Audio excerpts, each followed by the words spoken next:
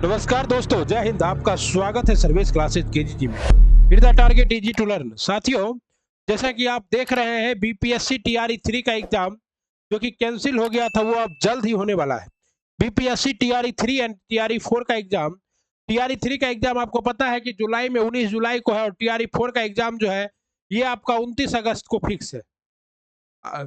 ऐसे में क्या करना है साथियों, आपको दबा के लाइक सब्सक्राइब और दबा के वीडियो को देखना है और सेट प्रैक्टिस करना है, ताकि आप बीपीएससी शिक्षक बन सके। आपको पता है कि आपका भाई एक बीपीएससी शिक्षक है। बिहार मध्य विद्यालय शिक्षक कक्षा 6 से 8 हेतु नियुक्ति परीक्षा के लिए यह टेस्ट सीरीज जो है आपको दिया जा रहा है। ओके, टेस्ट सीरीज डिस्कशन है पूरा डिटेल के साथ। रुकमनी का वॉल्यूम 2 है। आपको इसमें हिस्ट्री और पॉलिटी कराया जाएगा, जो कि ज्यादातर 6 to 8 एसएसटी के था। ज्यादातर नहीं है, जो ज्यादातर हिस्ट्री के छात्रों का क्या है, ज्यादातर जो एसएसटी के छात्र हैं उनका यही सिलेबस है 6 to 8 के लिए। ठीक ना। आप लोग क्या कीजिए, इसको देखिए एक बार बढ़िया से और लाभ लेने का प्रयास कीजिए। ठीक। और कोई भी समस्या हो तो आप लोग कमेंट बॉक्स में लिख सकते हैं, कमेंट कर सकते हैं। सामाजिक विज्ञान के लिए बीपीएससी टीआरई 2 और टीआरई 3 में पूछे गए प्रश्न भी इसमें है। और आपको पता है कि आपका भाई टीआरई 1 में ही क्या है, सेलेक्टेड है, बीपीएससी शिक्षक है, और हम पूरी अच्छे से आपको बताएंगे। आपको ये भी पता है कि प्रश्नों की कुल संख्या 150 होती है, जिसमें 30 प्रश्न आपका क्या है, आहर्ता होता है भाषा का। इसमें आपको 30% मार्क्स क्या होता है, लाना होता है। बाकी सामान्य अध्ययन के 40 प्रश्न होते हैं, जो सभी के लिए क्या रहते हैं, कॉमन रहते हैं, चाहे वो हिस्ट्री हो, साइंस हो, फिजिक्स हो, केमिस्ट्री हो, मतलब किसी भी सब्जेक्ट का हो, 6 to 8 का हो, सबके लिए कॉमन है। तो ये जो दो भाग है आपका, भाषा और सामान्य अध्ययन, ये कॉमन है। इसको हम लोग कॉमन पेपर कहते हैं। तो पहले इसका एक हम लोग बनाएंगे वीडियो अलग से, अब अगले वीडियो से, और उसके बाद ये सामाजिक विज्ञान का 80 प्रश्न करेंगे। ठीक है ना। तो और परीक्षा की अवधि 2.5 घंटे है, तो आप लोग दबा के पढ़िए। 48 सेट अभी तक हमने दिया है, बहुत सारा सेट हम करवा चुके हैं। ताइए कॉमन करते हैं। इंडिया फर्स्ट प्राइम मिनिस्टर, आपको पता है इंडिया के पहले प्रधानमंत्री कौन थे, Jawaharlal Nehru. Select the option that can be use as a one word substitution for the given group of word. Okay, feeling of showing extreme tiredness। अगर कोई व्यक्ति बहुत ज्यादा थक जाता है तो क्या होता है साथियों, वो वेरी हो जाता है। वेरी मतलब क्या होता है, व्यक्ति feeling of showing extreme tiredness, very very मतलब थका हुआ। Understand. Select the most appropriate antonym of the given word. What is the means of antonym, मतलब उल्टा वर्ड। ये डिले, डिले का क्या होगा, तो डिले का जो है उल्टा आपको पता है क्या होगा, डिले का एडवांस होगा, मतलब कोई काम देर से उससे वो पहले ही। अब आपको इस तरह से पैसेज पढ़ना है, और ये पैसेज पढ़ के आपको आंसर टिक करना है। ठीक है। Select the most appropriate option in fill the blank. Number 1, तो जैसे नंबर 1 में क्या है, Delhi recorded a spell of light rain. Light rain क्या होगा, light rain on Friday, light rain on Friday. तो बी इस तरह से select the most appropriate option to fill the blank. तो इस तरह से ब्लैंक बी में आपका क्या दा होगा। ये सब ज्यादा इंपॉर्टेंट नहीं है, इसलिए हटा रहे हैं, आप पढ़िएगा तो बन जाएगा। ठीक ना। Select the most appropriate option in the fill in the blank of blank 4। Blank 4 में क्या आएगा साथियों, लाइकली आएगा। ठीक ना। Select the most appropriate option to fill the blank number 5। अगर आपको पढ़ के भरना है तो भरिए blank number 5। The municipal corporation has been advised to remain prepared for water logging in dash area. Water logging in dash area, तो water logging कहाँ होगा साथियों, वो होगा अनलिफ्टेड या लो लाइंग एरिया में। कहाँ होगा, लो लाइंग एरिया में। बस सिंपल है, बना सकते हैं आपकी, नहीं बना सकते हैं तो यहाँ 8 गो में 8 गो। पिछले बार हम लोग का इंग्लिश सही हुआ था, लेकिन पिछले बार भाषा की अर्हता हटा दी गई थी, कंपटीशन क्या हो गया था, इंक्रीज हो गया था। अंडरस्टैंड।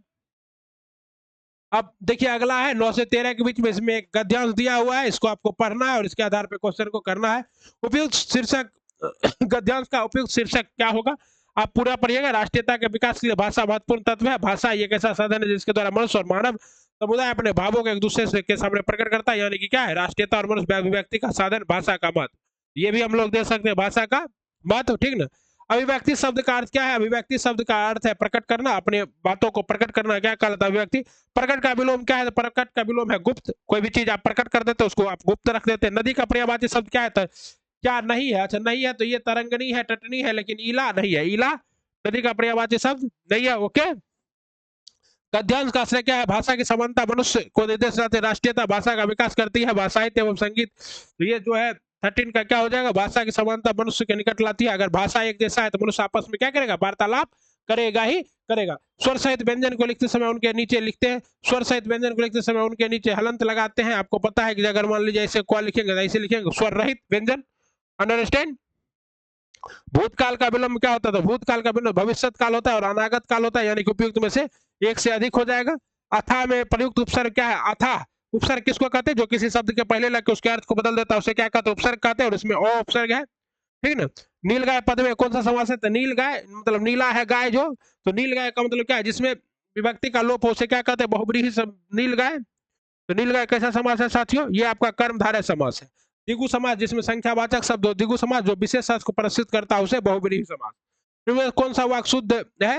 हाथ को जेब में रखो, तुमसे कोई काम नहीं, मैंने नहीं कहा। तो हाथ को जेब में रखो, हमें लगता है यही क्या है? मैंने कहीं मैंने कहीं नहीं जाना, कौन सा वो अशुद्ध है? तो ये मैंने कहीं नहीं जाना। अनुपात शब्द में कौन सा उपसर्ग है? अनु। अनुपात शब्द में कौन सा उपसर्ग है? तो अनु उपसर्ग है। कौन सा उपसर्ग है साथियों? अनु उपसर्ग है। निम्नलिखित शब्द में पुल्लिंग शब्द को पहचानिए। करवाहट। चाय में करवाहट ज्यादा है। चाय चाय अच्छी नहीं बनी है। बचपन बचपन में हम तुमको 55 बार पटके थे। यही बचपन क्या है? हमारा पुल्लिंग है, ठीक ना।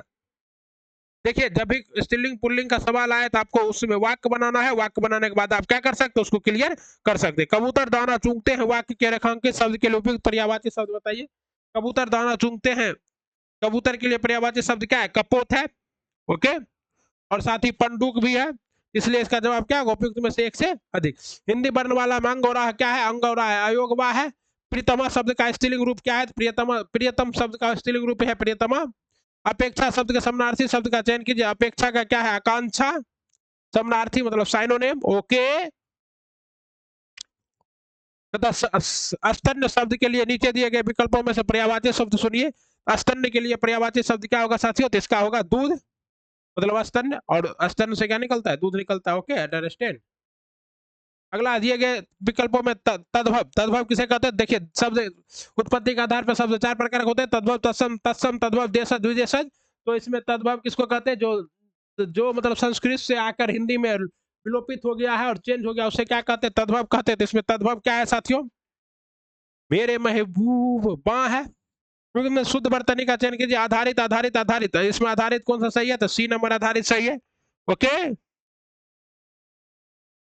आत्मोत्सर्ग शब्द में प्रयुक्त संधि के प्रकार का चयन नीचे दिए गए विकल्प में कीजिए। सही जवाब इसका क्या है? बी है, गुण संधि। सुपुरुष में कौन सा समास है? सुपुरुष। सुंदर है पुरुष जो, इसमें तत्पुरुष समास है। कौन सा समास है? तत्पुरुष। कर्मधारय समास दिया आंसर। अप्सरा शब्द का पर्यायवाची शब्द क्या है? अप्सरा शब्द का भव्यता देवबाला शुभ्री। तब अप्सरा का पर्यायवाची शब्द क्या है साथियों? देवबाला है, देवबाला। आइए जनरल आ गया। जनरल अब हम लोग पढ़ते हैं। विराम अवस्था में स्थित एक पिंड एकाएक बहुत से टुकड़ों में बट जाता है। फटने से बने टुकड़े के संवेग का योगफल क्या होगा? अब मान लीजिए कोई क्या है, विराम अवस्था में स्थित एक पिंड है, फट गया। तो संवेग संरक्षण का सिद्धांत क्या करता है? अगर शून्य है तो शून्य ही होगा, तो शून्य है तो शून्य ही होगा, तो उपयुक्त में से कोई नहीं, क्योंकि जीरो था तो जीरो रहेगा। वह कौन सा गैस है जो CaO से अभिक्रिया करता है लेकिन NaHCO की अभिक्रिया नहीं करता है? तो वो गैस है CO2, यानी कि कार्बन डाइऑक्साइड जो है। कार्बन डाइऑक्साइड क्या करता है? CO से अभिक्रिया करता है, लेकिन CO NaCO से अभिक्रिया नहीं करता है, ठीक है ना।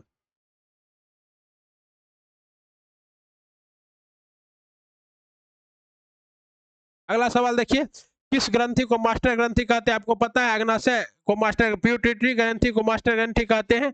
और ये जो है क्या होता है? मस्तिष्क में होता है। और शरीर का नियंत्रण कौन करता है? यही प्यूटेटरी ग्रंथि करता है। ओके, और स्फेनाइड हड्डी को सिला टॉक्सिक कहते हैं। पीयूष ग्रंथि का भार लगभग 0.6 ग्राम होता है। इसे मास्टर ग्रंथि के रूप में जाना जाता है। और ये पीनियल ग्रंथि भी मस्तिष्क में होता है, जिसको जैविक घड़ी कहते हैं, आप जानते होंगे। अगला सवाल है, अग्नाशय आपको पता है, ये इसका अंग्रेजी नाम पिनक्रियाज है। पाइल जूसा ही प्रोड्यूस करता है। किसी वस्तु को एक अवतल दर्पण के सामने उसके वक्ता केंद्र और सी से परे, वक्ता केंद्र और सी से परे रखे। जैसे अवतल दर्पण है, मान लीजिए इस तरह से, और इसका वक्ता केंद्र यहाँ सी है, यहाँ एफ है। वक्ता केंद्र और से परे, मतलब यहाँ रखते हैं, तो इसका प्रतिबिंब कहाँ बनेगा? इसका प्रतिबिंब बनेगा के आसपास। इसका सही जवाब क्या होगा? फोकस और सी के बीच, फोकस और सी के बीच बनेगा, ठीक है ना।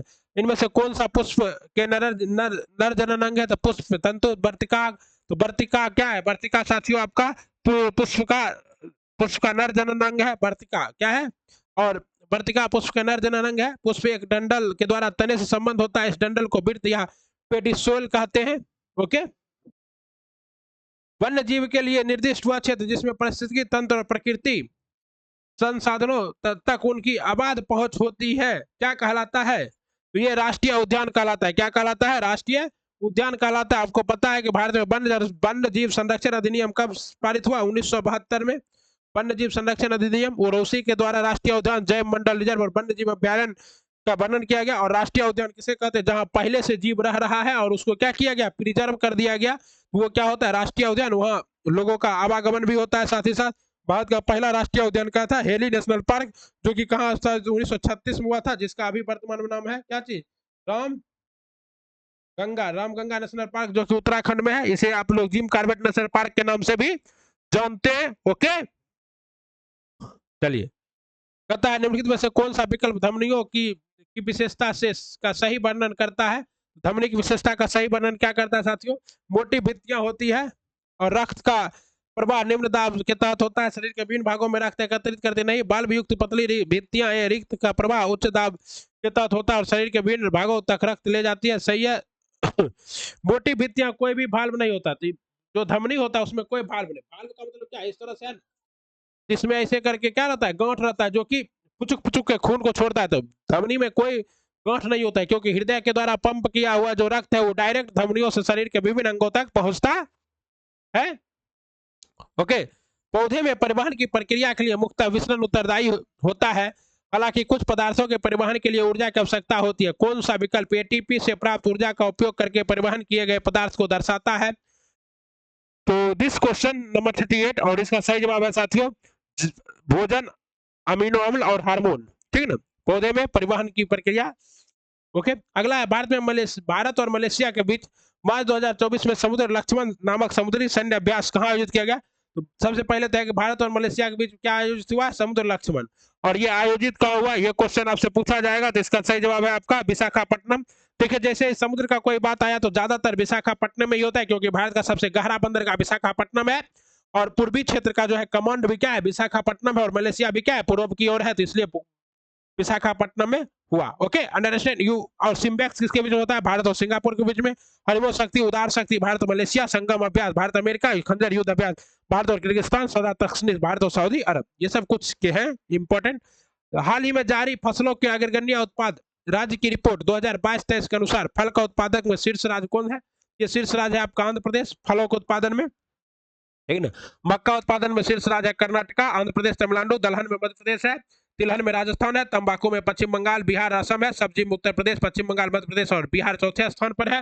तो आप याद रखिएगा, सब्जी में हम लोग 4th पोजीशन पर है, फल में बिहार जो है 5th पोजीशन पे है, तंबाकू में जो है बिहार 3rd पोजीशन पे है सॉरी 2nd पोजीशन पे है। मतलब तंबाकू असली चुटकी नहीं ताल करके खैनी मुंह में डाल, क्या मतलब खैनी खाने वाला ज्यादा है हमारा यहाँ। खैनी में 2nd में, बंगाल 1 नंबर में। चलिए, अगला सवाल है, हाल ही में कौन सा राज्य वृक्षारोपण में 500 से अधिक भूमि पर्सल के साथ ग्रीन क्रेडिट?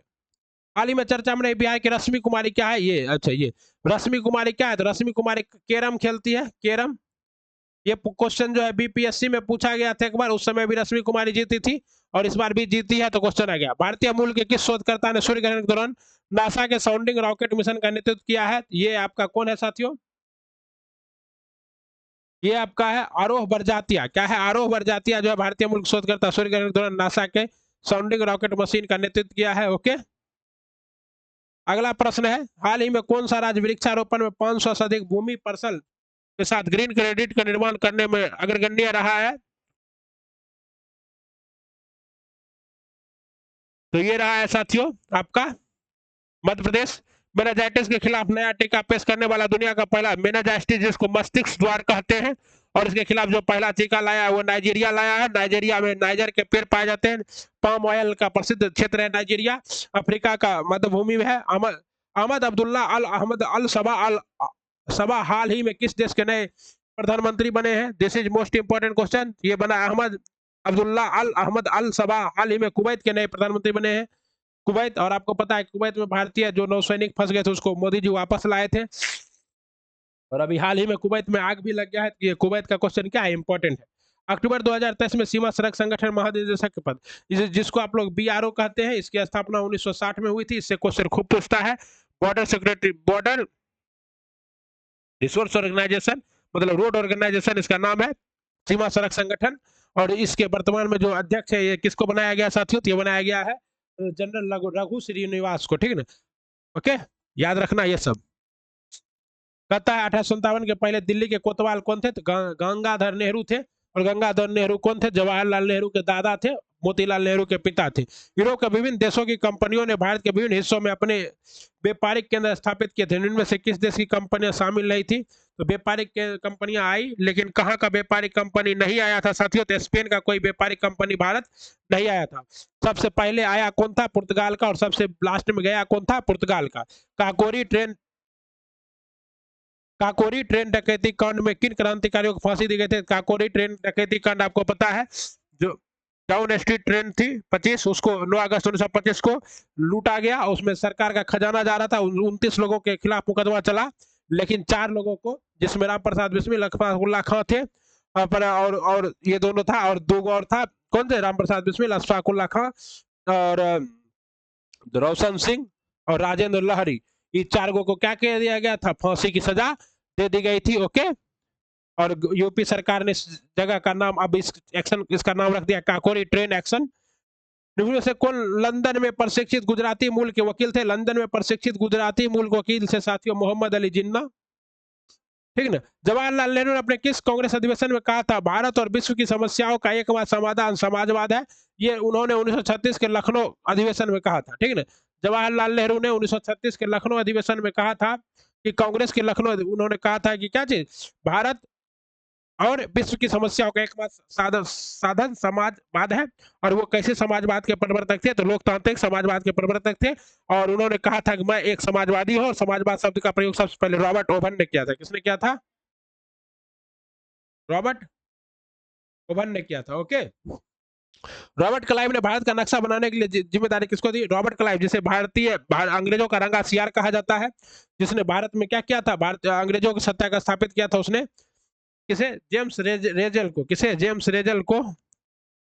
करो या मरो निम्नलिखित आंदोलन में से किसके साथ संबंधित है? करो या मरो का आंदोलन जो है, ये भारत छोड़ो आंदोलन में महात्मा गांधी के द्वारा नारा दिया गया था। भारत छोड़ो आंदोलन 8 अगस्त 1942 के रात को कांग्रेस के प्रतिनिधियों का मीटिंग हुआ था ग्वालियर टैंक मैदान मुंबई में। और वहीं पर गांधी जी ने कहा था कि अब आखिरी समय है, या तो करो या मरो। इनमें से बिहार के प्रथम राज्यपाल कौन थे? तो बिहार के प्रथम, आजाद बिहार के प्रथम राज्यपाल जयराम दौलत रामदास थे। लेकिन जब पहली सरकार बनी तो समय थे सर जेम्स शिफ्टन। कौन थे? Sir James Shifton, sir James David Shifton, यही थे बिहार के। ये कब से कब तक बने थे? 1936 टू 1937। भारत की भू सीमाएं कितने देशों के साथ लिखती है? भारत की भू सीमाएं लगभग 7 देशों के साथ लिखती है। ये आपका क्या है? तो बचपन में भी ये ट्रिक आपको बता दिया है, बचपन में भी है। ओके, भारत में विमानन उद्योग का आरंभ डैश में टाटा एयरलाइंस की शुरुआत के साथ हुआ था। तो भारत में जो टाटा एयरलाइंस है, इसका शुरुआत कब किया गया था? मेरे महबूब 1932 में किया गया था। और आपको पता है कि बाद में इंदिरा गांधी ने इस एयरलाइंस को कब्जा करके एयर इंडिया बना दिया। और बाद में फिर इसी एयरलाइंस को घाटा में जाने की वजह से टाटा समूह ने खरीद लिया। गोदावरी नदी के संबंध में कथनों में से कौन सा गलत है? घाट प्रवाह इसकी सहायक नदियों में एक है, या पश्चिम घाट के ढलान में निकलती है। इस जल का निकासी बेसिन आंध्र प्रदेश में कुछ अन्य राज्यों में कवर करता है, सही है। या बंगाल खाड़ी में गिरती है, सही है। लेकिन ये घाट प्रवाह इसकी नदी नहीं है। घाट प्रवाह किसकी सहायक नदी है? तो घाट प्रवाह कृष्णा की सहायक नदी है। इसकी नदी है कृष्णा। बाकी सब क्या है? सही है। निम्नलिखित में से कौन सी भारत की वह एकमात्र झील है जिसका निर्माण पृथ्वी पर उल्का पिंड के गिरने से हुआ है? ये लोनार झील है। लोनार झील कहाँ है? तो महाराष्ट्र के बुल्ढाना जिले में है। और यहाँ उल्का गिरने से हुआ था। अफ्रीका का विक्टोरिया झील, दक्षिण अमेरिका का टिटिकाका झील, तथा भारत का लोनार झील क्रेटर झील है, ठीक ना। तो विश्व का जो सबसे बड़ा झील है, बड़ा झील, हाँ, तो वो क्या है आपका? विक्टोरिया झील। ये सभी क्या है? क्रेटर गिरने से ही हुआ है, मतलब उल्का पिंड के गिरने से ही हुआ है साथियों। ओके, बुलर झील कश्मीर राज्य में स्थित है। भारत में मीठे पानी का सबसे बड़ा झील बुलर झील है। पुलिकर झील आंध्र प्रदेश और तमिलनाडु की सीमा पर स्थित है। यह एक लेगून झील है। ओके, भारतीय उपमहाद्वीप समानता इनमें से किस प्रकार की जलवायु के लिए प्रसिद्ध है? तो भारतीय उपमहाद्वीप जो है ये उष्णकटिबंधीय मानसूनी जलवायु के लिए प्रसिद्ध है। ओके, वायुमंडल में ओजोन स्तर कम होना कब शुरू हुआ? आपको पता है कि ओजोन परत संरक्षण दिवस 16 सितंबर को मनाया जाता है। 16 सितंबर को क्या मनाया जाता है? ओजोन परत संरक्षण दिवस मनाया जाता है। और 1980 में ऐसा पता चला कि अब ओजोन क्या है, धीरे धीरे कम हो रहा है। और सबसे पहले ओजोन का छिद्र जो है वो कहाँ मिला था? अंटार्कटिका में मिला था। ओजोन को हानि पहुंचाने वाला गैस है सीएफसी, क्लोरोफ्लोरोकार्बन, जो कि एयर कंडीशन रेफ्रिजरेटर से निकलता है। ओके, और ओजोन जो है 15 से लेकर 50 किलोमीटर की ऊंचाई पर समताप मंडल में पाया जाता है। पहला भारतीय रिजर्व वन निम्न में से कौन सा है? पहला भारतीय रिजर्व वन जो है वो सतपुरा राष्ट्रीय उद्यान है। क्या है? सतपुरा राष्ट्रीय उद्यान जो है ये कहाँ है? मध्य प्रदेश में है। 1970 सर्वप्रथम आरक्षित वन शब्द का प्रयोग किया गया था। ओके, बिहार के किस जिले को सिल्क सिटी के नाम से जाना जाता है? बिहार के भागलपुर को सिल्क सिटी के नाम से जाना जाता है। भागलपुर में रेशम उद्योग सिल्क टेक्सटाइल संस्था है। गया, फुलवारी शरीफ, मोकामा, मुंगेर, डुमरा, मुजफ्फरपुर, भागलपुर, मधुबनी, किशनगंज, बिहार शरीफ आदि सूत्र उद्योग, भागलपुर, कटिहार, मोहनपुर, पूर्णिया आदि में बिहार के रेशम उद्योग है। बिहार का वस्त्र उद्योग सूती वस्त्र। एक बेलनाकार बर्तन है। क्या है? एक बेलनाकार बर्तन है जिसकी ऊंचाई, एक बेलनाकार बर्तन है जिसकी त्रिज्या कितनी सेंटीमीटर है? 6 सेंटीमीटर है। और इसकी ऊंचाई कितनी है साथियों? तो 15 सेंटीमीटर है। आइसक्रीम से भरा हुआ है। पूरा आइसक्रीम समान रूप से 10 बच्चों में 100 का आकार बर्तन में ऊपरी तल गोलाकार और तल अर्ध गोलाकार है। इस तरह में क्या करना है? बच्चे को बांट देना है। शंक्वाकार भाग में ऊंचाई आधार की त्रिज्या 4 गुनी, शंक्वाकार भाग की ऊंचाई आधार की त्रिज्या 4 गुनी। अगर आधार की त्रिज्या अगर मान लीजिए कितना है? x है, तो इसकी ऊंचाई क्या है? 4x है। शंकु की त्रिज्या ज्ञात कीजिए। शंकु का त्रिज्या, तो इसमें दो को फॉर्मूला लगाना होगा आपको। एक बेलन का आयतन क्या होता है? Pi square H. बेलन का आयतन क्या होता है? बेलन का आयतन पाई आर स्क्वायर एच, याद रखिए। और शंकु का आयतन क्या होता है साथियों? शंकु का आयतन होता है 4/3 pi R square, 4/3 pi R square H. ये दोनों फॉर्मूला लगा कर आप निकालिएगा तो इसका सही जवाब कितना आएगा? 3 centimetre. 9 cos a plus 40 sin a बराबर 41, तो 10 a का मान क्या होगा? आपको पता है 9 cos a प्लस 40, तो चारों दोनों अगर 41 से भाग देते, 41 41 41, 9/41। अब साइन स्क्वायर ए प्लस कॉस स्क्वायर ए बराबर 1 होता है। साइन 10 ए का मान क्या होता है? साइन ए बटे कॉस ए, और इसका जब काटकुट करते 40/9 आंसर आ जाएगा, 40/9।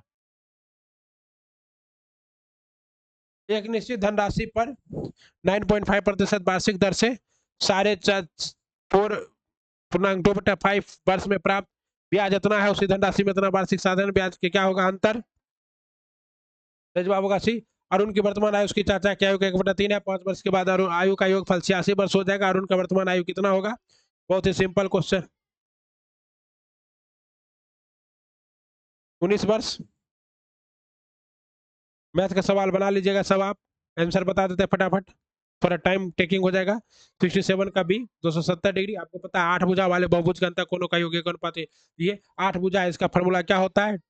n-2 into 180 degree, n-2 into 180 degree होता है अंतर कोनों के योग का फॉर्मूला। ये आपको याद रखना है, n-2 इंटू 180 डिग्री। बस इस पे जाइएगा, बना लीजिएगा। ओके, अब x के बराबर करना है। यहाँ बेस बराबर है 13/17, 17/13। यहाँ पावर माइनस कर देंगे, गुना में पावर, अगर गुना है बेस सेम है तो पावर माइनस है तो पावर क्या होता है? जुटता है। तो 3 plus minus 6, plus minus minus 3 minus 6 यानी कि -3 बराबर 2x-1 हो जाएगा। और उसके बाद इसको हम लोग सॉल्व कर देंगे, तो कोई दिक्कतें नहीं है, आपको -1 आंसर आ जाएगा। ठीक ना, ये सब हम हल्का क्वेश्चन है। कहता है त्रिभुज पी क्यू आर और समांतर है तो इतना इतना एक अनुपात हुआ तो पी को अनुपात कितना होगा? ये अनुपात निकालना है आपका। इसका सही जवाब क्या है? डी है, उपयुक्त में से कोई नहीं। जब एक साइकिल की कीमत 20% की कमी की जो होती है तो 20% की वृद्धि होती है। तो जब देखिए इसमें ये भी फॉर्मूला -20 प्लस 20 माइनस प्लस 20 प्रसंग 400/104 प्लस माइनस कट गया, -4% का क्या होगा? हानि। -4% का हानि होगा। ये सब क्वेश्चन बहुत इजी है, कोई दिक्कत नहीं। ओके, आइए अब इतिहास के प्रश्न करते हैं। मोस्ट इंपॉर्टेंट प्रश्न है। आपको पता है कि अगर आप बीपीएससी शिक्षक भर्ती के एग्जाम में अपियर होना चाहते हैं, चाहे आप 1 to 5 के स्टूडेंट हैं, चाहे आप 6 to 8 के हैं, चाहे आप 11 12 के हैं, चाहे आप 9 to 10 के हैं, इतिहास playing major role to your selection. अगर आप सेलेक्ट होना चाहते हैं, अगर आप बेहतर बनना चाहते हैं, आप एग्जाम में पास करना चाहते हैं, आप शिक्षक बनना चाहते हैं, तो इतिहास महत्वपूर्ण है। तो इसके स्थान पर बौद्ध संगीत का आयोजन किया गया था, तो पाटलिपुत्र कश्मीर में राजगिरी में। तो उपयुक्त में से एक से अधिक हर जगह क्या हुआ था? पहला बौद्ध संगीत कहाँ हुए थे? राजगिरी में। तीसरा दूसरा बौद्ध संगीत कहाँ हुआ था? वैशाली में। तीसरा कहाँ हुआ था? तीसरा पाटलिपुत्र में। चौथा कहाँ हुआ था? कनिष्क के शासनकाल में कश्मीर में। ओके, निम्न में से किस शासक के दरबार में बहुत से विद्वानों के रूप में अलंकित किया गया था चंद्रगुप्त द्वितीय के शासनकाल में? नवरत्न इसी के दरबार में रहता था, जिसमें धर्मवंतरी था, कालिदास था, अमर सिंह था, गढ़पन्नक था, बरामही था, चपनक था, शंकु था, बारोची था, मेरा चाल भट्ट था। ये सभी क्या थे? चंद्रगुप्त मौर्य के दरबार में रहते थे। साथ ही साथ छत्रपति शिवाजी महाराज के दरबार में भी अष्टप्रधान रहते थे, और अकबर के दरबार में भी नवरत्न रहते थे। तो ये 3 व्यक्ति है जिसके दरबार में विद्वानों का एक जत्था रहता था, और कृष्णदेव राय के दरबार में भी रहते थे। तो ये सब आपको याद रखना होगा। हम सब बता दिए, कृष्णदेव राय, अष्टदिग्गज, शिवाजी, अष्टप्रधान, अकबर, नवरत्न, और चंद्रगुप्त मौर्य के दरबार में भी नवरत्न रहते थे। सिराजुद्दौला ने किस युद्ध में अंग्रेजों को पराजित किया? सिराजुद्दौला किस युद्ध में अंग्रेजों से पराजित हुआ? तो सिराजुद्दौला जो है 1856 में पलासी के युद्ध में अंग्रेजों से पराजित हो गया। ओके,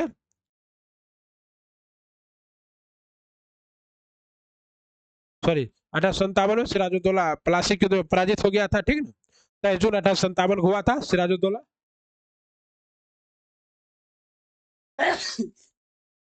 विद्रोह से कौन 1857 के विद्रोह का परिणाम था? 1857 के विद्रोह का परिणाम क्या था? 1857 ईस्ट इंडिया कंपनी की शक्तियों को ब्रिटिश क्राउन में हस्तांतरित कर दिया गया, यही परिणाम था। क्या हुआ? 1 नवंबर को इलाहाबाद के मिंटो पार्क में लॉर्ड क्राइव ने घोषणा किया, क्या क्या है? भारत का प्रशासन जो है डायरेक्ट कहां से चलेगा? ब्रिटेन की महारानी के अंडर में चलेगा। ठीक है ना? कहता है वास्को डी गामा का मकबरा दफन स्थल भारत के निम्नलिखित में से किस स्थान पर स्थित है? वास्को डी गामा का जो मकबरा है ये कोच्चि में। वास्को डी गामा जो है पहली बार भारत आया, दूसरी बार आया, और तीसरी बार जब भारत आया तो वो भारत में ही मर गया, और उसका बंदरगाह कहाँ बनाया गया है? कोच्चि में बनाया गया। वास्को डी गामा की मृत्यु 15 दिसंबर 1924 को हो गई थी। ओके, रंगराजन आयोग की सिफारिश के आधार पर एक अधिसूचना द्वारा 2005 में किसकी स्थापना की गई? रंगराजन आयोग की सिफारिश पर 2005 में जो स्थापना की राष्ट्रीय सांख्यिकी आयोग की, जिसको आप लोग नेशनल स्टैटिस्टिक्स एजेंसी कहते हैं। ओके, अगला का में से कौन सा युद्ध? रायगढ़ का किला महाराष्ट्र में। ओके, जूनागढ़ का किला कर्नाटक। जूनागढ़ का किला कहाँ है? गुजरात में है। जूनागढ़ ही तो क्या होता था आजादी के बाद पाकिस्तान में जाना जाता था, जहां जनमत संग्रह हुआ था। मेरगढ़ का किला राजस्थान में। तो फिर में से कौन गलत है? तही गलत है। ओके, सिटी पैलेस जयपुर में है, मेरगढ़ का किला जयपुर में है, चित्तौड़ का किला चित्तौड़ में है, पन्हाला का किला कोल्हापुर में, जूनागढ़ का किला बीकानेर में है, पुरानी किला दिल्ली में, रोहतासगढ़ का किला सासाराम में, कुंभलगढ़ का किला राजसमंद में। ये सब याद रखना है। 1857 के पाइका विद्रोह का नेतृत्व हुए। पाइका विद्रोह जो 1817 ईस्वी में हुआ था, ये बक्सी जगबंधु ने किया था, बक्सी जगबंधु विद्याकर ने किया था। और पाइका विद्रोह 1857, यह विद्रोह उड़ीसा प्रांत में हुआ था। कहाँ हुआ था पाइका विद्रोह? उड़ीसा में। अभी उड़ीसा के मुख्यमंत्री कौन बने हैं? कोई मांझी है, उसी को बनाया गया है, मनोज मांझी या क्या है पता है, मतलब थोड़ा मांझी है। ठीक है, एग्जैक्ट देख लीजिएगा, क्वेश्चन मोस्ट इंपोर्टेंट है, क्योंकि 20 साल बाद नवीन पटनायक की सत्ता वहां गई है। लगन वृद्धि और शेषकारी नीति के कारण पाइका ने विद्रोह कर दिया था।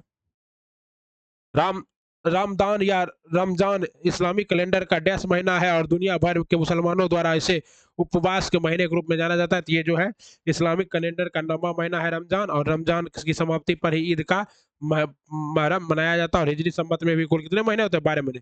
यहूदियों के कौन से पर्व को रोशनी का पर्व कहा जाता है? तो यहूदियों का जो पर्व है वो पर्व का नाम है हनुका। यहूदियों के हनुका पर्व को क्या कहा जाता है? और यहूदियों का देश कौन सा है? तो यहूदियों का देश है इजराइल।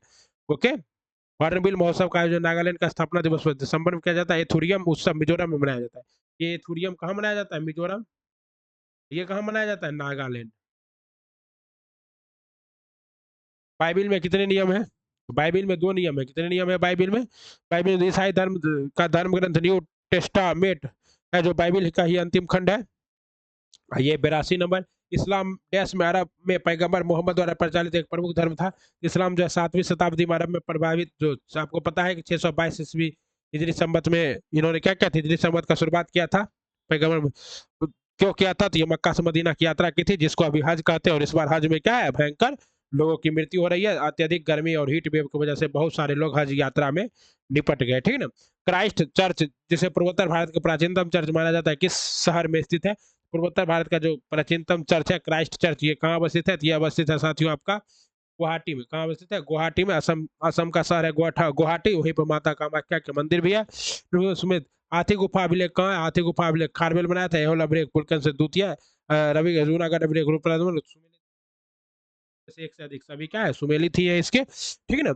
और एहोल अभिलेख अभिलेख से ही हमें ये जानकारी मिलती है कि हर्षवर्धन को किसने हरा दिया था?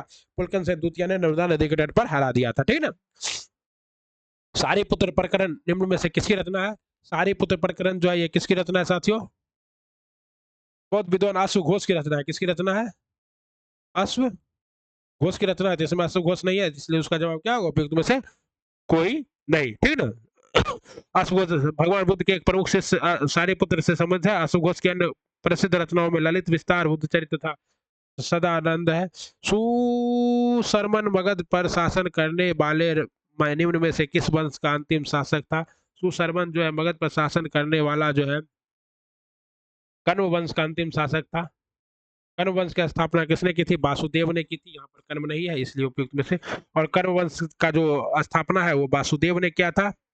और छह, और ये जो है अयक्ष, सुनाग, नंद, मौर्य, शुंग, और शुंग के बाद क्या वंश आया था? शुंग के बाद आया था कण्व वंश।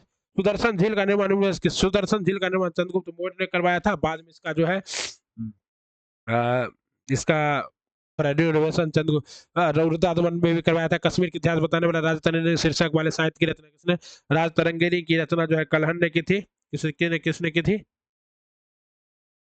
और कलहन और जोनाराज ने। तो ये जोनाराज वाला जो है ये कहीं मिलता नहीं है। हम लोग ज्यादातर ये याद करते हैं राज तरंगिणी कलहन, लेकिन अब ये हिस्ट्री स्पेशल ही है तो इसमें थोड़ा प्रश्न टफ आ जाएगा। संबंधित व्यक्ति कलहन, जोनाराज, शिवर, प्रज्ञा भट्ट एवं सुक्का है। इन लोगों ने राजधानी ने कश्मीर के इतिहास का वर्णन किया है,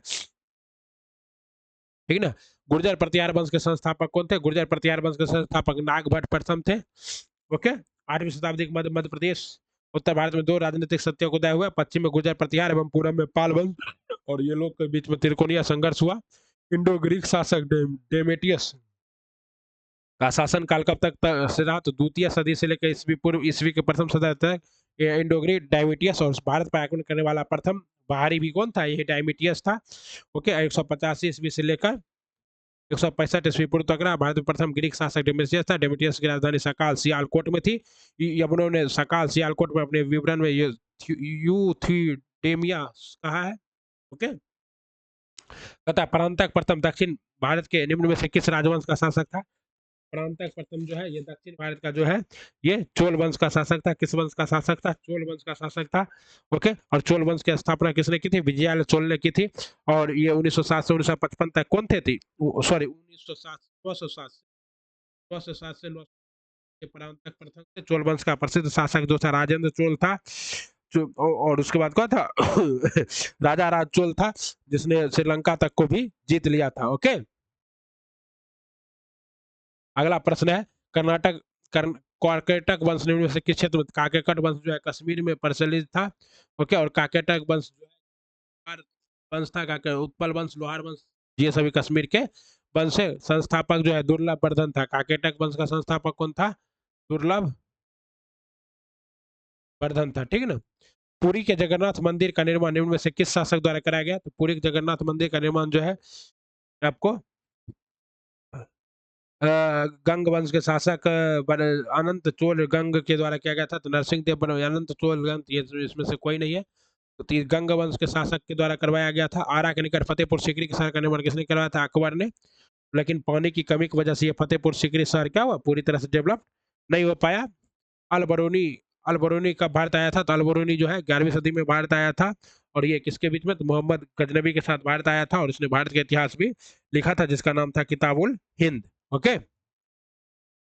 विजयनगर पर शासन करने वाले वंशों के क्रम में पहले के बाद के रूप में कौन सा सही विकल्प है? तो विजयनगर पर शासन करने वाले जो वंश है उसमें सबसे पहला वंश है संगम वंश। संगम वंश 1936 से लेकर संगम, तब सुलुप, तब तुलुप, तब बरबीडो। संगम वंश 1336 से लेकर 1485 तक रहा। इसकी स्थापना हरिहर और बुक्का नामक दो भाइयों ने की थी। उसके बाद आपका सुलुप वंश आता है 1485 से लेकर 1485 से लेकर 1505 तक। उसके बाद आपका आता है तुलुप वंश 1505 से लेकर 1500 70 तक। और इसी वंश के शासक कौन थे? तुलुप वंश के, तुलवा वंश के शासक थे कृष्णदेव राय। स्थापना वर्ष के आधार पर बिहार निम्न में दिए गए क्रांतिकारी संगठनों के पहले के बाद के क्रम में सजाने वाले विकल्प का चयन कीजिए। स्थापना वर्ष के अनुसार तो पहले 3 होगा। पटना का अनुशीलन समिति की शाखा, पटना अनुशीलन समिति की शाखा की स्थापना 1913 में हुई थी, ठीक है ना। पटना युवक संघ, पटना युवक संघ की स्थापना 1927 में हुआ था। और पाटलिपुत्रा युवक संघ की स्थापना जो है 1929 में हुआ था, ठीक है ना। तो इस तरह से ये क्वेश्चन बहुत डीप हो गया। भारतीय स्वतंत्रता आंदोलन के दौरान बिहार से संबंधित निम्नलिखित तथ्यों में से सही तथ्य को पहचान करें। असहयोग आंदोलन के दौरान राजेंद्र प्रसाद ने अपनी वकालत छोड़ दी, सही है। असहयोग आंदोलन के दौरान जयप्रकाश नारायण ने अपना छोड़, सही है। भारत छोड़ो आंदोलन के दौरान बलदेव साय ने महाधिवक्ता के पद से इस्तीफा दे दिया, तो ये भी क्या है? सही है। तो कहता है सही कथन चुने तो उपयुक्त में से एक से अधिक सभी सही है। ब्रिटिश शासन काल में कलकत्ता मदरसा की स्थापना कब और किसके द्वारा की गई? ब्रिटिश शासन काल में कलकत्ता मदरसा की स्थापना 1781 में वारेन हेस्टिंग के द्वारा किया गया। किसके द्वारा? 1781 में वारेन हेस्टिंग के द्वारा कलकत्ता में मद्रास की स्थापना की गई। यह यहूदी संत मुसलमानों का प्रथम मदरसा था। भारतीय राष्ट्रीय आंदोलन के अंतिम चरण में CR फॉर्मूला किस वर्ष प्रस्तुत किया गया? भारतीय राष्ट्रीय CR फॉर्मूला जो 1944 में प्रस्तुत किया गया। भारतीय राष्ट्रीय आंदोलन के अंतिम चरण में CR फॉर्मूला वर्ष 1944 में प्रस्तुत किया गया। वर्ष 1944 में चक्रवर्ती राजगोपालाचार्य भारत की स्वतंत्रता से प्राप्ति में आने वाली आंतरिक अड़चनों को दूर करने के उद्देश्य से एक सत प्रस्तुत किया, जिसे CR फॉर्मूला का नाम जाना जाता है। CR फॉर्मूला का मुख्य स्वामी सहजानंद सरस्वती द्वारा किस वर्ष बिहार में बकास्त भूमि आंदोलन स्टार्ट किया गया? स्वामी सहजानंद सरस्वती द्वारा 1937 से लेकर 38 में बकास्त भूमि आंदोलन स्टार्ट किया गया। क्रिस्टोफर कोलंबस 14 बना अमेरिका का महान खोजकर्ता किस देश के निवासी थे? क्रिस्टोफर कोलंबस जो है ये स्पेन का निवासी था। बोस्टन टी पार्टी की घटना क्या हुआ? अमेरिकी स्वतंत्रता संग्राम की एक महत्वपूर्ण घटना है। कब हुआ? 1773 ईस्वी में हुआ था। और बोस्टन नामक बंदरगाह हुआ था, और वहां के लोगों ने क्या किया था? तो चाय से भरा जहाज में से चाय को उतार उतार के नीचे फेंक दिया था। मित्र राष्ट्रों में सेवर्स की संधि किस देश के साथ की? तो मित्र राष्ट्रों ने सेवर्स की संधि जो है ये जर्मनी के साथ की। किसके साथ की? जर्मनी के साथ की। ओके, सॉरी, मित्र राष्ट्रों ने सेवर्स की संधि जो है ये टर्की के साथ की थी। किसके साथ की थी? टर्की के साथ की थी। टर्की के साथ की थी मित्र राष्ट्रों ने सेवर्स की संधि। 1733 में फ्लाइंग शटल मशीन का आविष्कार किसने किया? 1733 में फ्लाइंग शटल मशीन का जो आविष्कार है ये आपका क्या था? जॉन के ने। किसने किया था? जॉन के ने। किस संधि के द्वारा 30 वर्षीय युद्ध की समाप्ति हुई? किस संधि के द्वारा 30 वर्षीय युद्ध की समाप्ति हुई? वेस्टफीलिया की संधि के द्वारा 30 वर्षीय। पेरिस शांति सम्मेलन में इटली का प्रतिनिधित्व किसने किया? पेरिस शांति सम्मेलन में इटली का प्रतिनिधित्व ऑरलैंडो ने किया। ऑरलैंडो ने। वैंकूवर जाने के लिए कामागाटो जहाज किसने किराए पर लिया था? तो ये लिया था गुरुदेव सिंह ने। किसने लिया था? गुरुदेव सिंह, गुरुदत्त सिंह ने। गुरुदत्त सिंह ने लिया था। ये घटना कब हुई थी? 1914 में हुई थी। कामागाटा मारू की घटना इसी को कहते हैं। इसका जवाब क्या है? फ्रांसीसी क्रांति के समय फ्रांस का शासक कौन था? लुई सोलामा था। जर्मनी के एकीकरण का वस्तुकार कौन था? जर्मनी का ऑटोमान बिस्मार्क था, जो लौह और रक्त की नीति अपनाया था। आइए अब हम लोग पॉलिटी करेंगे। भारतीय संविधान में जन स्वास्थ्य एवं स्वच्छता किसमें शामिल है? भारतीय संविधान में जन स्वास्थ्य एवं स्वच्छता जो है ये किसमें शामिल है साथियों? ये शामिल है आपका राज्य सूची के विषय में। वर्तमान में राज्य सूची में कुल कितने विषय है? तो 66 विषय है राज्य सूची में। संसदीय प्रणाली में कार्यपालिका किसके प्रति उत्तरदायी होता है? संसदीय प्रणाली में कार्यपालिका जो है ये विधानमंडल के प्रति उत्तरदायी होता है। ओके, प्रदेश किस राज्य का विधान परिषद है? तो कर्नाटक में है विधान परिषद। ओके, बाद का और 5 राज्यों में कर्नाटक में है। उसके बाद कहाँ है साथियों? आपको कर्नाटक के साथ साथ बिहार में है, महाराष्ट्र में, आंध्र प्रदेश में, तेलंगाना में है, कर्नाटक में। तो ये 4 राज्य है। उत्तर प्रदेश एक, 6 राज्यों में उत्तर प्रदेश, महाराष्ट्र, बिहार, आंध्र प्रदेश, तेलंगाना और कर्नाटक जगह पर क्या है? विधान परिषद है। 169 के द्वारा क्या हो जाता है? विधान परिषद का गठन किया जाता है। भारत का संवैधानिक प्रमुख कौन होता है? भारत का संवैधानिक प्रमुख राष्ट्रपति। कौन सा भारत का केंद्र शासित प्रदेश नहीं है? गोवा केंद्र शासित प्रदेश नहीं है। गोवा क्या है? भारत का राज्य है। 1961 में गोवा को ऑपरेशन विजय के द्वारा हथियाया गया था। कौन भारत देश का प्रमुख है? भारत देश का प्रमुख है राष्ट्रपति। आर्टिकल किसके तहत? 52 के तहत भारत का एक राष्ट्रपति होगा और भारत का वही संवैधानिक प्रमुख होगा। भारतीय संविधान में किस संशोधन द्वारा प्रस्तावना समाजवादी शब्द जोड़ा गया? जोड़ने वाला कोई भी शब्द है तो 42वां संविधान संशोधन 1976 द्वारा इंदिरा गांधी सरकार ने समाजवादी, पंथनिरपेक्ष और लोकतंत्रात्मक अखंडता शब्द को जोड़ा था। भारतीय संविधान का अनुच्छेद 19 किससे संबंधित है? अनुच्छेद 19 जो है स्वतंत्रता का अधिकार, और इसमें कैसा स्वतंत्रता है? बाकी व्यक्ति की स्वतंत्रता। ओके, 6 प्रकार की स्वतंत्रता संविधान के उद्देश्य प्रस्तावना किसके के द्वारा प्रस्तुत किया गया? जवाहरलाल नेहरू के द्वारा प्रस्तुत किया गया था। ये 13 दिसंबर 1946 को 13 दिसंबर 1946 को उद्देश्य प्रस्ताव का प्रस्तुत जवाहरलाल नेहरू के द्वारा किया गया था, जो कि वर्तमान में भी संविधान का क्या है? उद्देशिका या प्रस्तावना। भारत के संविधान की प्रस्तावना किस देश से ली गई? भारत के संविधान की प्रस्तावना भाषा ऑस्ट्रेलिया से ली गई है। अब ये भाषा लिया गया है और विचार लिया गया है यूएसए से, तो इसमें कोई नहीं है। जवाब क्या होगा? इसका यूएसए होगा, क्योंकि भाषा नहीं विचार पूछा। अधिकतम निर्वाचन क्षेत्र वाले राज्यों उनके बढ़ते क्रम में व्यवस्थित कीजिए। बढ़ते क्रम में कह रहा, और यहाँ सब घटते क्रम है। बढ़ते क्रम में ऐसे होता, पहले होता है आपका बिहार, तब होता है पश्चिम बंगाल, तब होता है महाराष्ट्र, तब होता है उत्तर प्रदेश, ठीक है ना? क्योंकि यहाँ बिहार में 40 है, पश्चिम बंगाल में 42 है, उत्तर प्रदेश में 80 है, और महाराष्ट्र में क्या है? शायद महाराष्ट्र में 48 है। महाराष्ट्र में कितना है? 48 है। इस तरह से आप लोग सजा लेते हैं उल्टा, ठीक है ना? मेरे महबूब कयामत होगी। इनमें से कौन सा संविधान सभा का सदस्य नहीं था? संविधान संविधान सभा का सदस्य कौन नहीं था? तो उपयुक्त में से कोई भी संविधान सभा के सदस्य नहीं थे। उपयुक्त में से शरद चंद्र, सरोजिनी नायडू, मौलाना अबुल कलाम आजाद, कोई भी। भारतीय उच्चतम न्यायालय अस्तित्व में कब आया? भारतीय उच्चतम न्यायालय जो अस्तित्व में आया था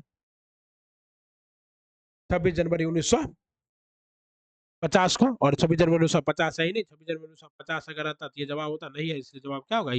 तो ये आया था अस्तित्व में, लेकिन उसका स्थापना, फेडरल कोर्ट का स्थापना 1 अक्टूबर 1937 ईस्वी को भी किया गया था। तथा विश्व के किस देश द्वारा 1948 से 89 के मध्य रंग भेद का एक आधिकारिक नीति के तहत पालन किया गया था? रंग भेद का आधिकारिक नीति का पालन दक्षिण अफ्रीका के तहत। मंडल आयोग ने 1980 की अपनी रिपोर्ट में सरकारी नौकरियों में सामाजिक एवं शैक्षणिक तौर पर पिछड़े वर्ग के को कितने प्रतिशत आरक्षण देने की बात कही थी? 27%। अभी भी है। कौन सा मौलिक अधिकार संविधान का हृदय व आत्मा कहलाता है? सांस्कृतिक, ये संवैधानिक उपचारों का अधिकार को संविधान का जो है वो क्या कहा जाता है? आर्टिकल 32 में जो है, आर्टिकल 32 संवैधानिक उपचारों का अधिकार को, तो यहाँ जवाब क्या होगा? ई होगा। संवैधानिक उपचारों का अधिकार को प्रस्तावना क्या कहा जाता है? अधिकारों का आत्मा। कौन सा अधिकार अल्पसंख्यकों के प्रति विशेष है? ये धार्मिक स्वतंत्रता का अधिकार जो है अल्पसंख्यकों के प्रति क्या है? विशेष है। और अल्पसंख्यकों का अधिकार क्या है? 29 और 30 है। 29 में क्या है साथियों? तो 29 में है अल्पसंख्यकों की भाषा, लिपि और संस्कृति से संबंधित है। और 30 में शिक्षा संस्थाओं में स्थापना और प्रशासन करने अल्पसंख्यक वर्गों का अधिकार दिया गया है, ठीक है ना? 128 में पावर शेयरिंग के बारे में लिखने में से कौन सा गलत है? सत्ता सरकार के विभिन्न अंगों के बीच साझा की जाती है, सत्ता विभिन्न स्तरों सरकार के बीच साझा की जाती है। प्रत्येक समाज की कौन सा गलत है? उपयुक्त में से कोई गलत नहीं है, सब सही है, तो उपयुक्त में से कोई नहीं होगा, ठीक है ना? प्रत्येक समाज किसी न किसी रूप में शक्ति बंटवारे का। 1980 में किस देश ने श्वेत अल्पसंख्यक शासक को स्वतंत्रता प्राप्ति की है? श्वेत अल्पसंख्यक से जो स्वतंत्रता प्राप्ति किया वो जिम्बाब्वे। किसने? जिम्बाब्वे ने। संविधान सभा की प्रथम बैठक की अध्यक्षता किसने की थी? सच्चिदानंद सिन्हा ने। ओके। भारत एक प्रजातांत्रिक गणराज्य है क्योंकि भारतीय संविधान में व्यवस्था की गई है निर्वाचित राष्ट्रपति की। ओके। ग्राम सभा का सदस्य बनने का आयु है 18 वर्ष। भारतीय संसद में शामिल होते हैं राष्ट्रपति, लोकसभा और राज्यसभा।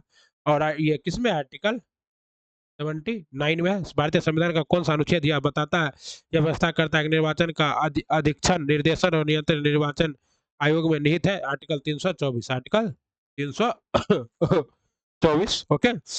ग्राम पंचायत किसके प्रति उत्तरदायी होता है?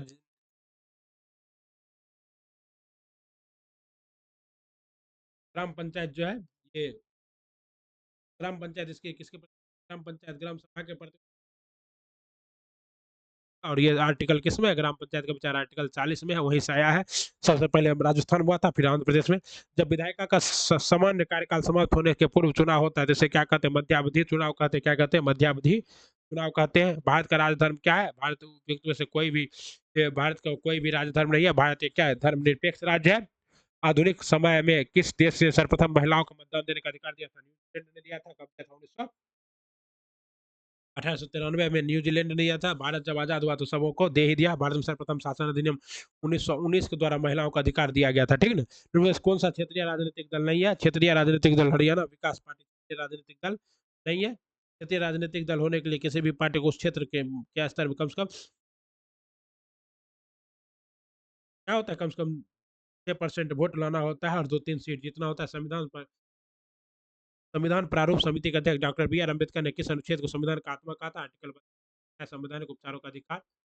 कौन स्वतंत्रता, समानता और भारतीयत्व का नारा कब दिया गया? 1789 की फ्रांसीसी क्रांति में। किसने लिखा है? स्वतंत्रता का अर्थ है बंधनों का अभाव। स्वतंत्रता का अर्थ है बंधनों का अभाव। ये प्रसिद्ध कथन किसका है? तो हॉब्स का है। किसका है? हॉब्स का। हॉब्स ने कहा था स्वतंत्रता का अर्थ है बंधनों का अभाव। स्वतंत्रता अंग्रेजी शब्द लिबर्टी का हिंदी रूपांतरण है। अंग्रेजी ने शब्द की उत्पत्ति लैटिन भाषा के लिबरल शब्द से हुई, जिसका अर्थ होता है बंधनों का होना। हॉब्स का तथा रूसो आदि विद्वानों के अनुसार प्राकृतिक अवस्था में मानव स्वतंत्र पैदा लेता है और स्वतंत्र ही मरना चाहिए। किसने कहा था? मनुष्य स्वतंत्र रूप से जन्म लेता है और स्वतंत्र रूप से मरता है। यह प्रसिद्ध कथन है रूसो का है। किसका? रूसो महोदय का है। मौलिक अधिकार निलंबित किए जा सकते हैं राष्ट्रपति के द्वारा। राष्ट्रपति शासन लगाने में भारत में सांप्रदायिकता के विकास का मुख्य कारण क्या है? भारत में सांप्रदायिकता के विकास का मुख्य कारण है साथियों अल्पसंख्यक समूहों का शैक्षणिक और आर्थिक पिछड़ापन। भारत संविधान का 73वां संविधान संशोधन 1992 जाने जाते हैं ग्राम पंचायती राज को बल प्रदान करने के लिए। पंचायती राज को इसी के द्वारा बल प्रदान किया गया। आर्टिकल भाग 9 में जोड़ा गया और कुल 29 विषय दिए गए इसको। संसद के दोनों सदनों में संयुक्त अधिवेशन के सभापति कौन होते हैं? भारत के लोकसभा के अध्यक्ष होते हैं। किसी विशेष दिन लोकसभा में अधिकतम कितने तारांकित प्रश्न पूछे जा सकते हैं? लोकसभा में अधिकतम तारांकित प्रश्न पूछे जाने की संख्या कितनी है साथियों? ये है आपका 20 प्रश्न पूछे जा सकते हैं। तारांकित प्रश्न वो होते हैं जिसका लिखित जवाब देना होता है और जिसमें पूरक प्रश्न पूछे जा सकते हैं। उसे कैसा प्रश्न कहते हैं? तारांकित प्रश्न कहते हैं। और कितने प्रश्न पूछे जा सकते हैं? 20 प्रश्न पूछे जा सकते हैं। कहता है लोकसभा में निर्वाचन क्षेत्रों का निर्धारण पिछली बार कब किया गया था? तो 1970 के द्वारा ही किया गया था। ओके, लोकसभा निर्वाचन क्षेत्र का परिसीमन 1973 में हुआ था, लेकिन 1970 के जनसंख्या के आधार पर। भारत का प्रथम महिला प्रधानमंत्री कौन है? श्रीमती इंदिरा गांधी भारत की प्रथम महिला प्रधानमंत्री है, जो कि विश्व की पहली महिला प्रधानमंत्री जो है श्रीमती भंडार नायके है। ओके, जो कि कहाँ की बनी थी? श्रीलंका की बनी थी। ओके, इस तरह से आपका 150 प्रश्न हो गया। बीपीएससी शिक्षक भर्ती के लिए मोस्ट इंपोर्टेंट सीरीज है। पॉलिटी, हिस्ट्री और साइंस, हिंदी, विज्ञान सब कुछ करा दिए। आप लोग एक बार क्या कीजिए, दबा के लाइक कीजिए, सब्सक्राइब कीजिए, वीडियो को देखते रहिए हमारे साथ अपने चैनल सर्विस क्लासेस केजीजी पर। अपना ख्याल रखिए, खुश रहिए, मस्त रहिए और सर्विस क्लासेस केजीजी पर पढ़ते रहिए, बढ़ते रहिए। जय हिंद, जय भारत, वंदे मातरम, श्री शिवाय नमस्तुभ्यं, वरदे कामरूपिणम।